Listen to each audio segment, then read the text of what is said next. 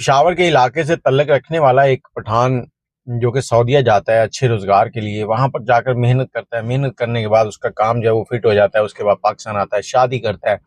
شادی کا کچھ عرصہ گزرتا ہے تو وہاں پر کام اس کا ٹھیک تھا، اچھی انکم تھی، بیوی اس کو کہہ دیا کہ مجھے بھی لے جاؤ، میں بھی وہاں پر آنا چاہتی ہوں، بیوی کا پاسپورٹ بنوایا، بیوی کو لے گیا، رہائش لی، سب کچھ کیا، عمرہ بھی کیا دونوں نے مل کے، اب وہاں پر زندگی چلنے لگی، تو تقریباً 3 سال ان کو ہو چکے تھے، ان کے آپس میں کبھی کبھار چھوٹا موٹا جھگڑا رہتا تھا، اب وہ لڑکی جو ہے وہ اپنے گھر والوں کو یہ باتیں بتاتی تھی، ایک دن شام کے ٹائم پہ یہ اوپر والی منزل سے نیچے آ رہے ہیں اور آتے ہوئے جو سیڑھیاں اتر رہے ہیں تو سیڑھیوں کے اوپر سے لڑکی جو ہے نیچے گرتی ہے اور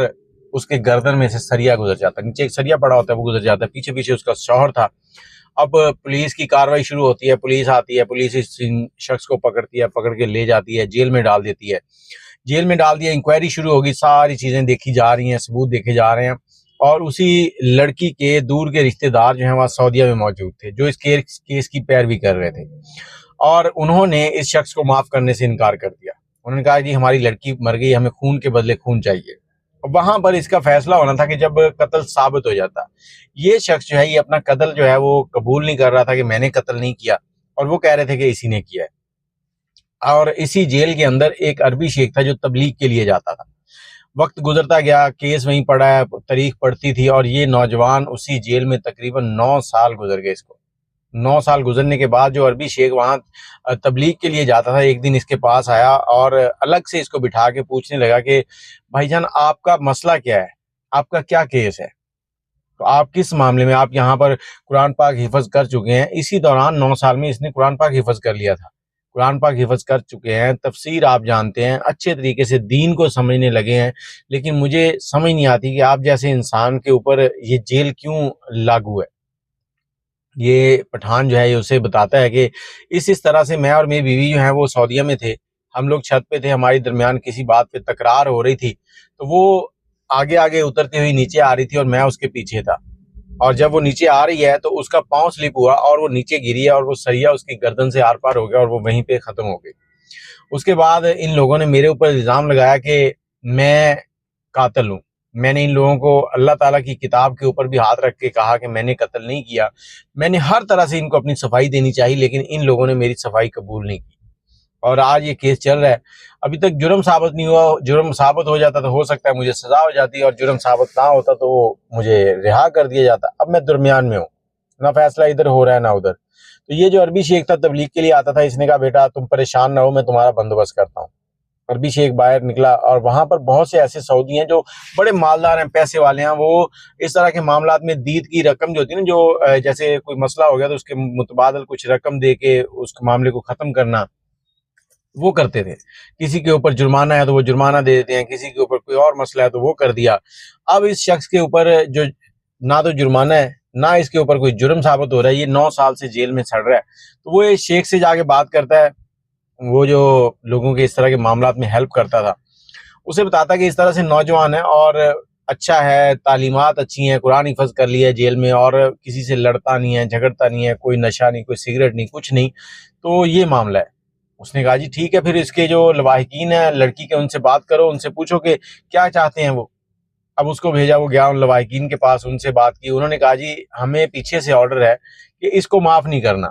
ہم اس کے دور کے رشتہ دار ہیں، اس کے اصل رشتہ دار والد جو ہیں وہ پاکستان میں ہیں، اگر وہ کہہ دیں گے تو ہمیں کوئی مسئلہ نہیں، ہم بیان دے دیں گے۔ انہوں نے کہا ٹھیک ہو گیا، انہوں نے ہمیں یہ لیٹر دیا ہوا ہے، لیکن جب تک وہ کہیں گے نہیں ہم اس پہ کچھ نہیں کر سکتے۔ اب وہ شیخ جو ہے وہ واپس اس شیخ کے پاس آیا، اسے آگے سارا معاملہ بتایا، تو اس نے کہا ٹھیک ہے، اگر تم سمجھتے ہو کہ اس کو باہر نکلنا چاہیے تو تم ایسے کرو کہ ٹکٹ کرواؤ اور پاکستان چلے جاؤ، اس کے گھر جاؤ، اس لڑکی کے باپ کے۔ اس نے ایسے ہی کیا، کچھ دنوں کے بعد ٹکٹ کروائی اور پاکستان آ گیا، پاکستان جیسی اتر کے پشاور پہنچا، ان کے گھر محلے میں پہنچا، جب وہاں دیکھتا ہے تو وہ بوڑھا شخص جو ہے نا وہ ایک ریڑھی لگا کے چنے بون رہا ہے، اب اس کے پاس جا کے اس نے سلام کیا، اور سلام کرنے کے بعد اسے کہا کہ میں سعودی عرب سے آیا ہوں، جیسے ہی سعودی عرب کا نام لیا تو بوڑھے شخص نے سلام کا جواب بھی نہیں دیا اور اس کو آگے سے گالیاں دینی شروع کر دی، برا بلا کہا کہ تم اس کی معافی کے لیے آئے ہو، میں اس کو معاف نہیں کروں گا، یہ وہ سب کچھ کہہ لیا۔ جب 5-7 منٹ گزر گئے، بوڑھے کا غصہ جو ہے وہ ٹھنڈا ہونے لگا، تو اس عربی نے کہا کہ میں نے تو سنا تھا کہ پٹھان بڑے مہمان نواز ہوتے ہیں، آپ نے نہ میرے سلام کا جواب دیا اور نہ کوئی مہمان نوازی، نہ پانی پوچھا، آپ تو سیدھا میرے اوپر چڑھ دوڑے۔ اب بوڑھا جو ہے وہ اپنے آپ میں شرمندہ ہونے لگا، نہیں نہیں ایسے نہیں ہے، آپ بیٹھے ہیں۔ وہ پانی لے کے آیا، پھر کہتا ہے گھر پہ فون کر دیا کہ اس طرح مہمان آئے ہیں، کھانے کا بندوبست کرو۔ شام کو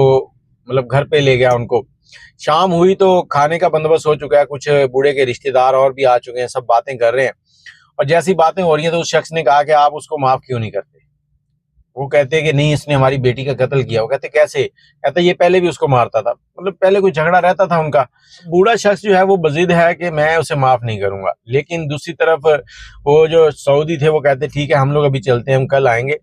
تو انہوں نے کہا نہیں آپ ادھر ہی رکے۔ وہ کہتا نہیں ہماری ریزرویشن ہوٹل میں ہے تو ہم نے وہیں جانا، اگر ہم نہیں پہنچے تو پھر وہ انکوائری شروع ہو جائے گی، پولیس آ جائے گی یہاں پہ ہمارے پیچھے ہمیں ڈھونڈتی ہوئی، کیونکہ ہم ان کو اطلاع دے کے آئے ہیں کہ ہم فلاں جگہ رکے ہوئے ہیں۔ اب اگلے دن وہ پھر آتے ہیں، پھر بوڑھے سے بات کرتے ہیں، تو اچانک باتیں ہوتے ہوتے بوڑھا نہیں مان رہا۔ وہ جو سعودی شیخ ہے اس کے ذہن میں آتا ہے، حج کا موقع آنے والا تھا، کوئی 3 سے 4 مہینے کا ٹائم رہتا تھا۔ اس نے کہا کہ اگر میں آپ کو حج کروا دوں۔ بوڑھا شخص ایک دم سے چونکتا ہے، کہتا ہے یار آپ نے کیا کہا، دوبارہ کہنا۔ کہتا ہے اگر میں آپ کو حج کروا دوں۔ بوڑھا شخص کہتا ہے یہاں دیکھو یہ کتنے لوگ بیٹھے ہیں، جتنے بھی بیٹھے ہیں ان سب کو حج کرواؤ گے؟ اس نے کہا جی ٹھیک ہے میں بات کر لوں۔ اس نے پیچھے بات کی، انہوں نے کہا جی ٹھیک ہے جتنے بھی لوگ ہیں، 10 سے 12 لوگ تھے۔ اس نے کہا جی ٹھیک ہے سب کو حج کروائیں گے۔ بات اوکے ہوگی، بوڑھے نے کہا جی میں اس کو معاف کر دوں گا۔ اب وہاں سے وہ واپس آ گیا سعودیہ آیا، وہاں سے انہوں نے ان کو کہہ کے آیا تھا پاسپورٹ ویزے تیار کرو، ان سب کے لیے ویزے تیار کیے۔ یہاں سے ان کو پیغام پہنچتا ہے حج کے ٹائم پہ کہ آپ لوگ حج کے لیے آ جائیں، سارا خرچہ ادھر سے ہو رہا ہے، اور یہ 12 کے 12 لوگ جو ہیں حج کرنے جاتے ہیں۔ جیسے ہی اس سرزمین پہ اترتے ہیں تو وہ بوڑھا شخص وہاں پر رونے لگتا ہے کہ میں گناہ گار اور اللہ کے گھر کی زیارت کرنے جا رہا ہوں، اور زیارت کس بات پہ؟ کہ معاف کرنے پہ، کہ معافی کے اوپر اتنا بڑا انعام میرے لیے۔ اب اس نے کہا کہ دیکھو میں پہلے اللہ کے گھر کی طرف نہیں جانا چاہتا، میں پہلے اس شخص کی طرف جانا چاہتا ہوں جسے میں نے معاف کرنا ہے، جو میرا داماد تھا۔ تو بوڑھا شخص وہاں سے نکلتا ہے، سیدھے تھانے جاتے ہیں، وہاں پر جو بھی پیپر وغیرہ تھے وہ ریڈی کرتے ہیں، اور ریڈی کرنے کے بعد وہ نکلنے لگتے ہیں۔